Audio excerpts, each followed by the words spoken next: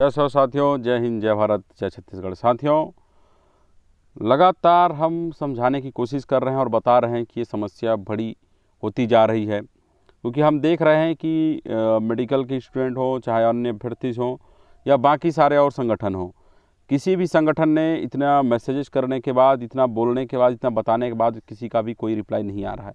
सब शायद यही सोच रहे हैं कि हम जब समस्या आएगी तब देख लेंगे। ऐसा ही पिछले वर्ष भी सोचते रहे और उसी का कारण है कि चाहे मेडिकल के अभ्यर्थी हो, चाहे कहना चाहिए पूरे छत्तीसगढ़ के युवाओं को समस्या का सामना तो करना पड़ा ही है। मतलब उनको उनकी जो भर्तियां लेट लतीफ़ी हो रही थी और पिछली सरकार तो उनकी भर्तियां करनी ही नहीं चाह रही थी। यदि हम लोग आवाज़ नहीं उठाते, लगातार नहीं बोलते कि सरकार जो है छत्तीसगढ़ के युवाओं का भला नहीं चाहती है, ये बात हम नहीं बताते, तब तक शायद युवाओं को पता भी नहीं चलता। क्योंकि लोगों को ऐसा लगता है कि छत्तीसगढ़ में, यह कहना चाहिए राजनीति में ऐसा चलता रहता है, सोचते हैं। लेकिन हमारा ऐसा मानना है कि किसी भी समाज के हक अधिकार के साथ कोई भी खिलवाड़ नहीं करना चाहिए, चाहे सरकार किसी की भी हो। और हम ये देख रहे हैं कि आदिवासी समाज के साथ लगातार जो है सरकारें, कहना चाहिए द्वेषपूर्ण भावनाएं रख रही हैं, उनका नुकसान कर रही हैं। और अभी समय ऐसा है कि चुनाव हो चुका है, चुनाव का परिणाम नहीं आया हुआ है।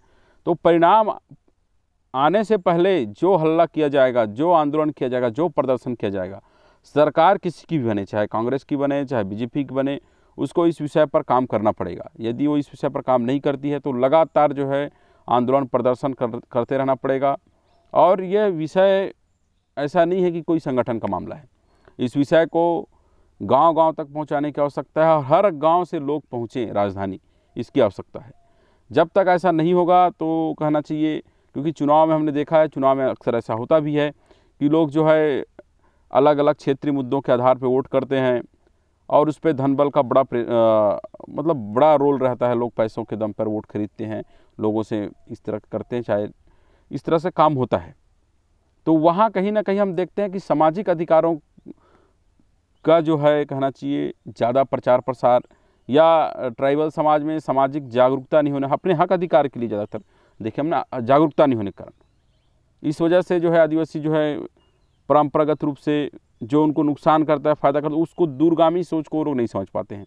इसका कारण ये भी कि पढ़े लिखे जो युवा लोग हैं या पढ़े लिखे जो लोग हैं, वो ग्राउंड में उतर के काम नहीं करते हैं।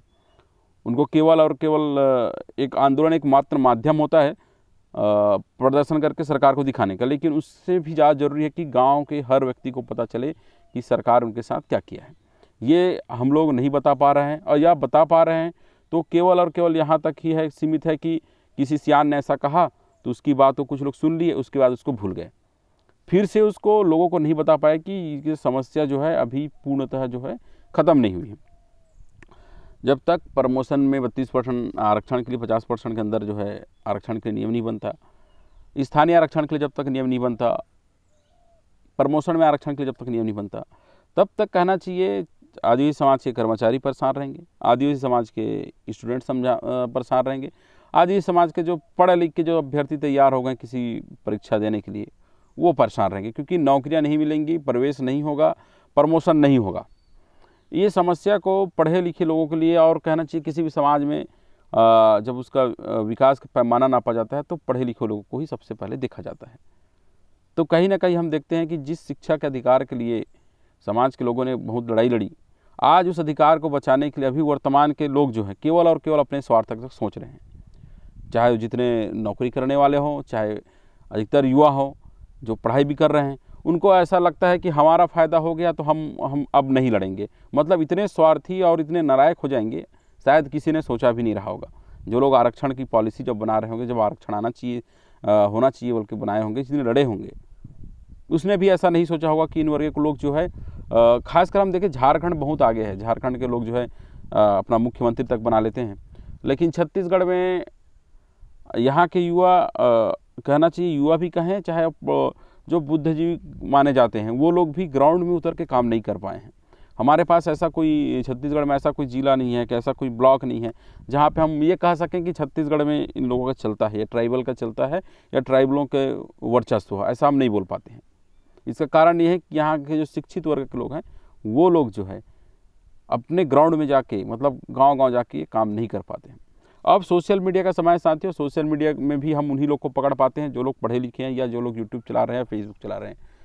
मैं उन सबसे निवेदन भी करता हूँ, आग्रह भी करता हूँ कि देखिए, आप लोग बहुत सारे वीडियोज़ शेयर करते रहते हैं, बहुत सारे वीडियो शेयर करते हैं, कार्टून के वीडियो शेयर करते रहते हैं और तरह तरह के वीडियो शेयर करते रहते हैं और रील्स बना रहते हैं इंस्टा में, व्हाट्सएप में, ट्विटर में।